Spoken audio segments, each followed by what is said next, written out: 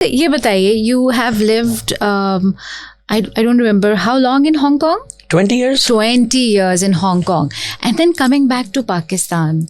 And जब आप यहाँ move हुए तो was this in your mind कि मैं यहाँ के ये इस तरह की एक progressive movement या कुछ इस तरह से happiness के ऊपर काम करूँगा, या it was just a coincidence that you said कि चलो हम अपने को कॉफ़ी वगैरह के साथ ये भी काम करते हैं?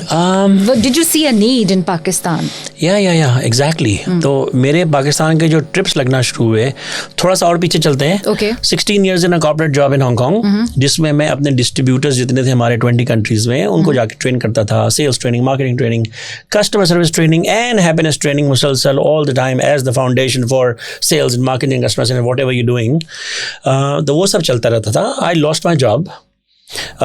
दुआओं का मेरा नतीजा था वो. क्योंकि जब तक जॉब नहीं जाती मैं एंटरप्रेन्योर बनने वाला था ही नहीं. अच्छा. उतना कंफर्टेबल होती जाती है ना जॉब. जब जॉब में जितना लेट करता है एंटरप्रेन्योरशिप, वो मुश्किल इसीलिए होती है कि job becomes, if you are good at your work you will get promoted, you get more money, more promotion, more money, more responsibilities, more fun, more freedom. और एक अनफुलफिल्ड ड्रीम, बहुत सारे 89 ड्रीम्स की लिस्ट बना के चला था मैं बचपन में. माशाल्लाह. वो उसमें ऐड होते रहे, सब्ट्रैक्ट होते रहे. एक चीज़ जो रह गई थी बहुत बड़ी लाइफ में करने की, वो एंटरप्रेन्योरशिप था. और 45, 46, फाइनली 47 की एज में मैंने lost my job. I said yes, अब सही हो गया ना, अब क्या करोगे, अब तो बिजनेस करना पड़ेगा शुरू. तो वो I started a training company. और पहले मैंने ट्रेनिंग कंपनी में सेल्स, मार्केटिंग, कस्टमर सर्विस की ट्रेनिंग देना शुरू की. फिर मैंने उसका पूरा फोकस चेंज करके हैप्पीनेस ट्रेनिंग करना शुरू कर दी. और उसी हवाले से I started connecting with other parts of the world where I thought I would be able to contribute. तो Pakistan was on the top of the list. Of course. तो यहाँ पे मैं 2016 और 17 में I made several trips to Pakistan. PIA training, DHL training,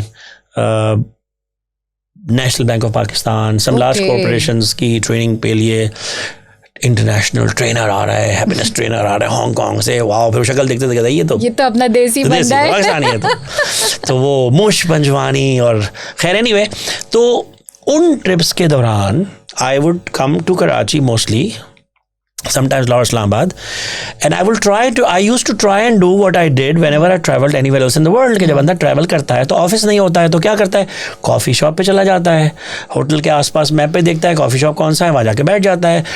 socket मिल जाता है, laptop plug in करने के लिए, वाईफाई मिल जाता है, अच्छी कॉफ़ी मिल जाती है, जिससे मीटिंग करनी होती है उसको वहाँ बुला लेता है.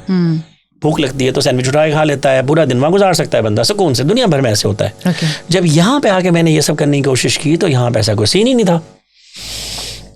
कॉफी शॉप था ही नहीं. वो जिसको हम कॉफी शॉप समझते थे वो तो सारे के सारे रेस्टोरेंट्स थे.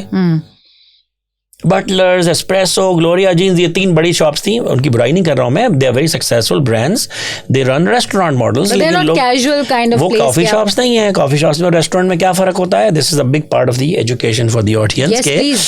कॉफी शॉप जो है उसमें किचन नहीं होता है, उसमें खाना नहीं पकता है, उसमें बर्गर, बिरयानी, पिज्जा नहीं मिलता है. उसके वहां पर लोग ब्रेकफास्ट, लंच, डिनर करने के लिए नहीं जाते हैं. रेस्टोरेंट में किचन होता है, खाना पकता है, वहाँ पे आप जाते हैं ब्रेकफास्ट, लंच और डिनर करने के लिए. तो कॉफ़ी शॉप पे क्यों जाते हैं? कॉफ़ी शॉप में जाते हैं ब्रेकफास्ट, लंच और डिनर के बीच में जो टाइम होता है just to have a chat with somebody, वहाँ पे आप जाते हैं मीटिंग करने के लिए, बोर्ड गेम्स दोस्त के साथ बैठ के खेलने के लिए, लैपटॉप लेके काम करने के लिए, बुक पढ़ने के लिए, बुक लिखने के लिए. बड़ी बड़ी किताबें, नॉवेल्स कॉफ़ी शॉप्स में लिखे गए हैं. बहुत सारी मूवमेंट्स पैदा हुई हैं, बहुत सारे बिजनेसेस लॉन्च हुए हैं कॉफ़ी शॉप्स में. कॉफ़ी शॉप्स में इंटरव्यूज़ होते हैं. तो ये सारी चीज़ें करने के लिए दोस्तों के साथ हैंग आउट करना है, बच्चों के साथ हैंग आउट करना है, बगैर बहुत सारे पैसे खर्च किए हुए, बगैर खाना खाए हुए. तो क्या ऑप्शंस हैं? जीरो. पाकिस्तान में तो नहीं है ना कुछ भी. कोयटा चाय वाला. हाँ. ओ ओके. बहुत बड़ा ऑप्शन है ना वो. तो कोयटा चाय वाले पे जाके बैठ जाओ. तो क्या डिसएडवांटेज है कि हाँ बैठ सकते हैं वहाँ पे भी आप 2 घंटा बैठ जाएं चाय लेके, कोई आपको भगाएगा नहीं वहाँ से. लेकिन डिसएडवांटेज क्या है? एयर कंडीशन नहीं है, टॉयलेट नहीं है, वाईफाई नहीं है, पावर सॉकेट्स नहीं है, कंफर्टेबल सीट्स नहीं है, वाइब्स नहीं है, एम्बियंस नहीं है, खवातीन कंफर्टेबल नहीं होंगी कोयटा चाय वाले पे बैठ के.